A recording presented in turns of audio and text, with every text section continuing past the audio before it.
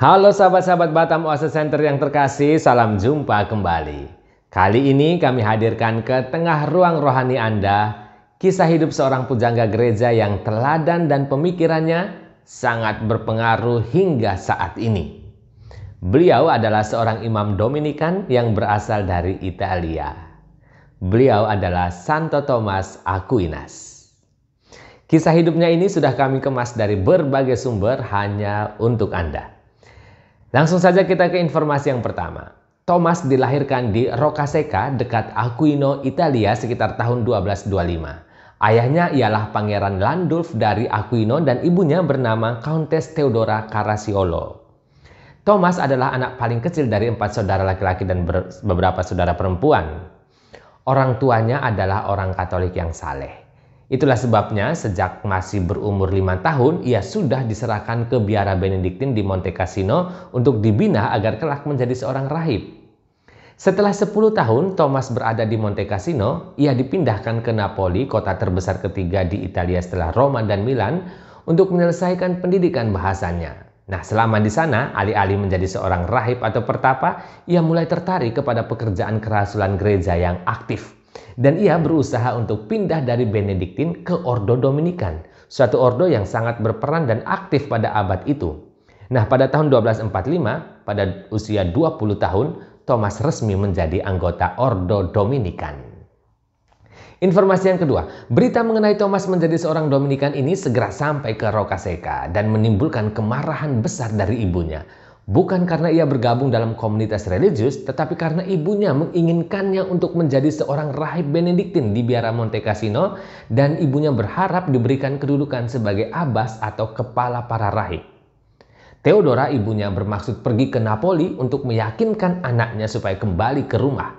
Dan saat ibunya bersikukuh, Thomas sudah meninggalkan Napoli menuju Bologna. Ibunya tidak kehabisan akal.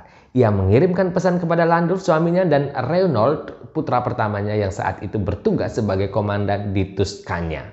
Sementara Thomas beristirahat di dekat Siena, ia dibawa secara paksa oleh saudaranya kembali ke Roccasecca mengikuti arahan dari ibunya dan kemudian dibawa ke Puri Monte San Giovanni 2 mil jauhnya. Di tempat itu ia dijaga ketat. Selama Thomas dipenjarakan oleh keluarganya memakai berbagai macam cara untuk melemahkan ketetapan hatinya. Meskipun banyak nasihat yang keras dan kasar dilontarkan kepadanya, Thomas tetap menjawab dengan lembut dan penuh hormat, namun tetap tegas.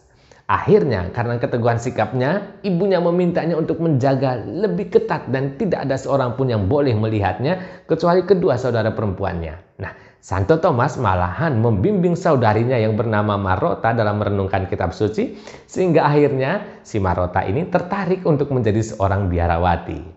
Melihat keteguhan hati Thomas, ibundanya pun akhirnya luluh dan merestui pilihan Thomas.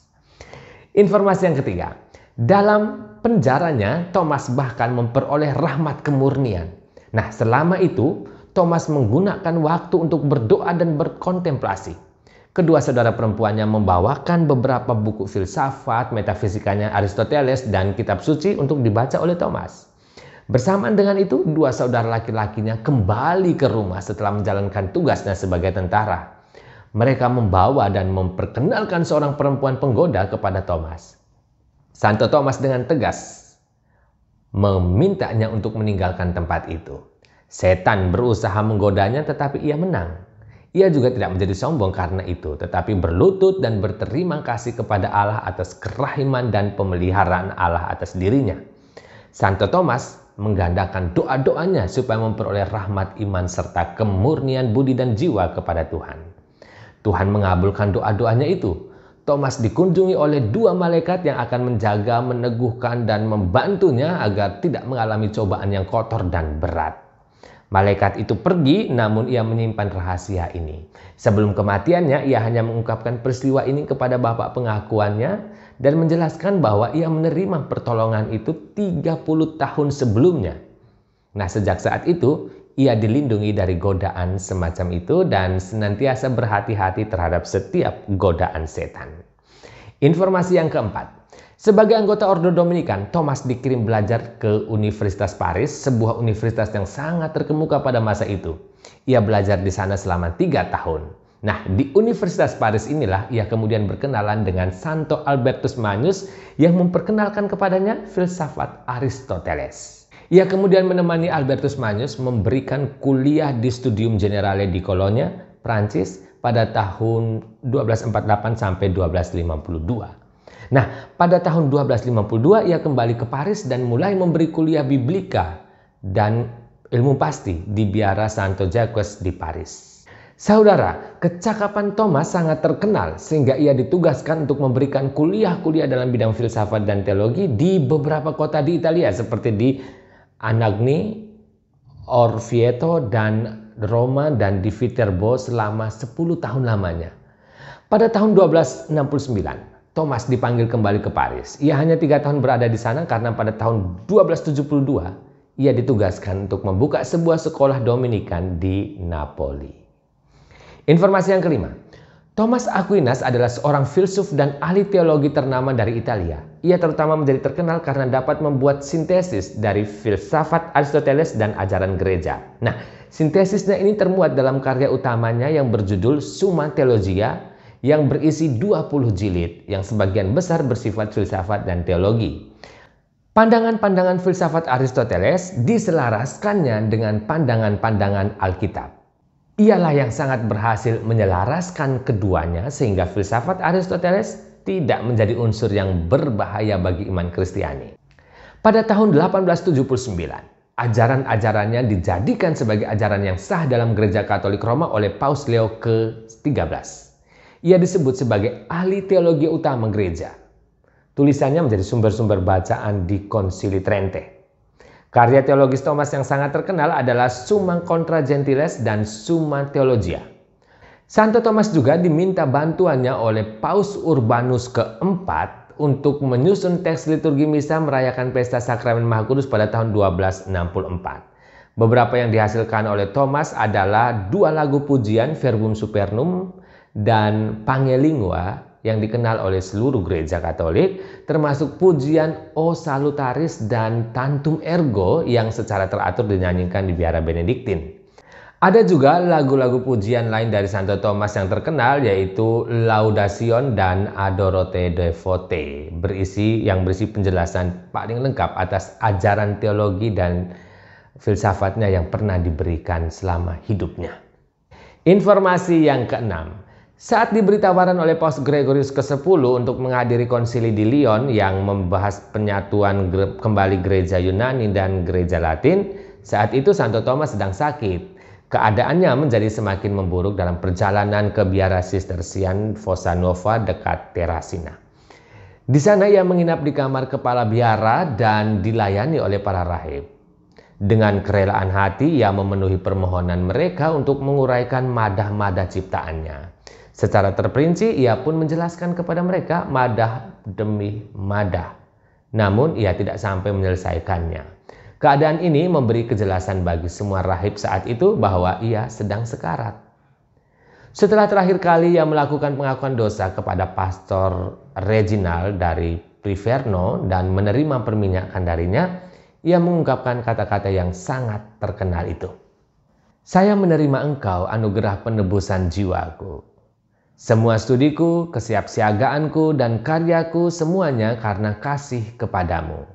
Saya telah berpikir banyak dan menulis banyak tentang tubuh terkudus Yesus Kristus. Saya telah mengajar dan menulis dalam iman akan Yesus Kristus dan Gereja Kudus Roma. Kepadanya segala keputusan saya tawarkan dan saya serahkan.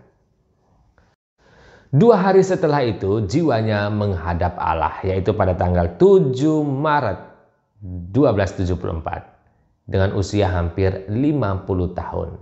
Saudara, bayangkan pada hari yang sama Santo Albertus Magnus, sang guru yang pada waktu itu berada di Kolonya, meledak dalam tangisan di tengah-tengah komunitas dan mengatakan, "Saudara Thomas Aquinas, saudaraku di dalam Kristus, cahaya gereja sudah wafat. Allah telah menyatakannya kepada saya." Jadi ada semacam hubungan batin ya antara kedua orang kudus ini. Santo Thomas kemudian dikanonisasi pada tahun 1323 dan pada masa Santo Pius ke-5 beliau memberinya gelar pujangga gereja atau doktor gereja. Paus Leo ke-13 menyatakannya sebagai pelindung seluruh universitas, fakultas, dan sekolah-sekolah pada tahun 1880. Informasi yang ketujuh, devosi kepada Santo Thomas yang terkenal yaitu perlindungan dari serangan badai dan kematian tiba-tiba. Hal ini karena ada kisah unik di masa kecilnya. Adik perempuannya yang paling kecil meninggal dunia karena petir. Padahal saat itu Thomas sedang tidur di kamar yang sama dengan adiknya. Artinya ia selamat dari petir dan guntur. Sejak kejadian itu, ia sering berlari ke dalam gereja saat ada guntur. Nah, kisah ini kemudian menjadi alasan kita mohon perlindungan dari serangan badai dan kematian tiba-tiba melalui Santo Thomas Aquinas. Informasi yang ke-8. Berikut adalah beberapa butir ajaran dan buah permenungan Santo Thomas Aquinas. Kita lihat bersama. Tentang Allah. Thomas mengajarkan Allah sebagai ada yang tak terbatas, ipsum esse substans. Allah adalah zat yang tertinggi, yang mempunyai keadaan yang paling tinggi. Allah adalah penggerak yang tidak bergerak. Di sini tampak sekali pengaruh filsafat Aristoteles dalam pandangannya. Berikut tentang dunia. Baginya dunia ini dan hidup manusia terbagi atas dua tingkat, yaitu tingkat adikodrati dan kodrati, tingkat atas dan bawah. Tingkat bawah, kodrati, hanya dapat dipahami dengan mempergunakan akal. Hidup kodrati ini kurang sempurna dan ia bisa menjadi sempurna kalau disempurnakan oleh hidup rahmat atau adikodrati. Menurut Santo Thomas, tabiat kodrati bukan ditiadakan, melainkan disempurnakan oleh rahmat. Berikut tentang manusia. Mengenai manusia, Thomas mengajarkan bahwa pada mulanya manusia mempunyai hidup kodrati yang sempurna dan diberi rahmat Allah. Ketika manusia jatuh ke dalam dosa, rahmat Allah, rahmat adikodrati itu hilang dan tabiat kodrati manusia menjadi kurang sempurna. Manusia tidak dapat lagi memenuhi hukum kasih tanpa bantuan rahmat adikodrati. Rahmat adikodrati itu ditawarkan kepada manusia lewat gereja. Dengan bantuan rahmat adikodrati itu, manusia dikuatkan untuk mengerjakan keselamatannya dan memungkinkan manusia dimenangkan oleh Kristus. Berikut tentang sakramen. Mengenai sakramen, ia berpendapat bahwa terdapat 7 sakramen yang diperintahkan oleh Kristus. Dan sakramen yang terpenting dari 7 sakramen itu adalah Ekaristi. Kemudian Ekaristi diberi istilah Sacramentum Sacramentorum. Rahmat adikodrati itu disalurkan kepada orang percaya lewat sakramen. Dengan menerima sakramen, orang mulai berjalan menuju kepada suatu kehidupan yang baru dan melakukan perbuatan-perbuatan baik yang menjadikan ia berkenan kepada Allah. Dengan demikian, rahmat adikodrati sangat penting karena manusia tidak bisa berbuat apa-apa yang baik tanpa rahmat yang dikaruniakan oleh Allah. Berikut tentang gereja. Gereja dipandangnya sebagai lembaga keselamatan yang tidak dapat berbuat salah dalam ajarannya. Baginya, Paus memiliki kuasa yang tertinggi dalam gereja dan Pauslah satu-satunya pengajar yang tertinggi dalam gereja. Sahabat-sahabat yang terkasih, demikianlah beberapa informasi sehubungan dengan Santo Thomas Aquinas yang juga disebut sebagai pujangga malaikat atau Doktor Angelicus ini. Kami berharap dapat menambah wawasan kita semua dan memberi warna baru dalam perjalanan iman kita. Salam penuh kasih dari Batam Oasis Center, Rumah Retret SSCC.